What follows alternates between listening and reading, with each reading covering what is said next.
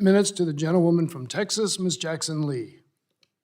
Mr. Chairman, thank you so very much for the opportunity. Very, very important. Ms. Young, let me acknowledge that the nation is better off for the leadership of President Joe Biden and, in fact, your leadership and support in his efforts. Let me immediately start by headlines that I've heard from some of the papers that we read here on the Hill, and you're a Hill pro, that says that this is a building the deficit and spending budget. And I take issue with that. First of all, would you comment on the alternative minimum tax or the minimum tax as to what it actually does? As you well know, I have two or three questions, and your brevity would help with that. But I just want to get the frame this particular aspect of the budget.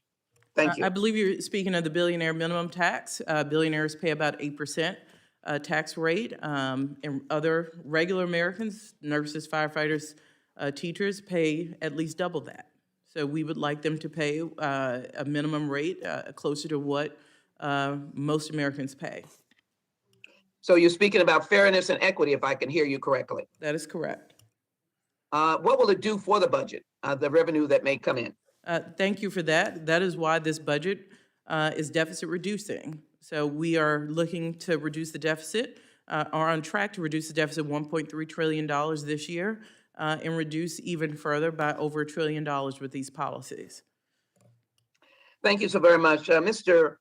Chairman, I want to introduce in the record a child care need under the 2019 Texas Child Care Facts that is produced by Child Aware. Ask unanimous consent to place in the record. Without objection.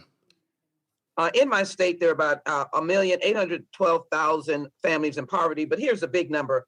Children under 6, 1,372,687 who are needing child care. Let me briefly comment on the investment you made, $7.6 billion in discretionary funding for child care and development block grant. Tell me how it would get to the children in Texas, 1 million of them under 6 needing child care. Not only do we support that amount, the $7.6 billion as you talked about, it will go to the states to help a lot of child care businesses. As you know, during the pandemic, many couldn't keep their doors open. So families, especially women, are finding they can't re-enter the workforce, and we have to do something about that.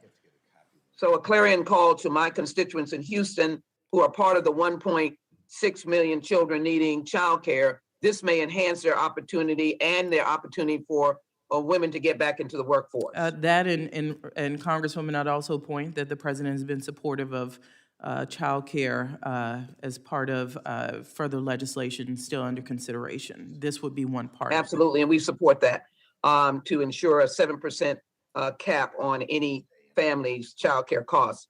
Let me just thank the administration quickly for its COVID actions. Unlike the awkward and unprepared of the last administration, you have a 11.6 billion as it deals with the pandemic and public health preparedness. How important is that? As my time runs out, I've got a few more questions. So that looks at future pandemics, so we aren't left in the same predicament we were if another pandemic were to occur. We need to invest in future pandemics.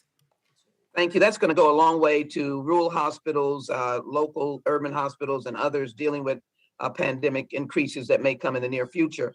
I chair the crime subcommittee on judiciary, very interested in the question of reduction of crime. That would include enhancing training or responses to law enforcement, but more importantly as well, the complementary support of mental health support, support to stem the tide of domestic violence. What is the administration doing on that? Very quickly. The budget would propose $56 million to issue grants to support behavioral health services to individuals within or during reentry from jails and prisons. Also asking for $500 million to be split between DOJ and HHS with the recognition that there has to be a comprehensive answer to crime, not just from the law enforcement standpoint. Well, the one thing we know is that the administration and Democrats are not soft on crime, and that we recognize that we must be in the crime reducing business.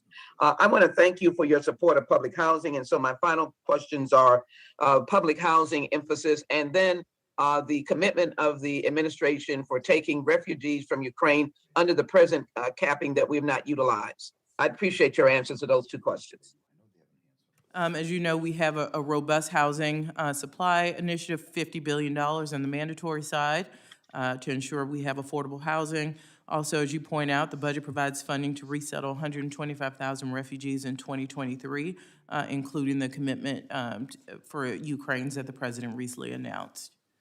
I look forward to working with you on these matters. And Mr. Chairman, thank you so very much. This is a robust, important budget for the American people, and it is a deficit-busting budget, and we need to move forward on the president's goals. Thank you so very much for your leadership.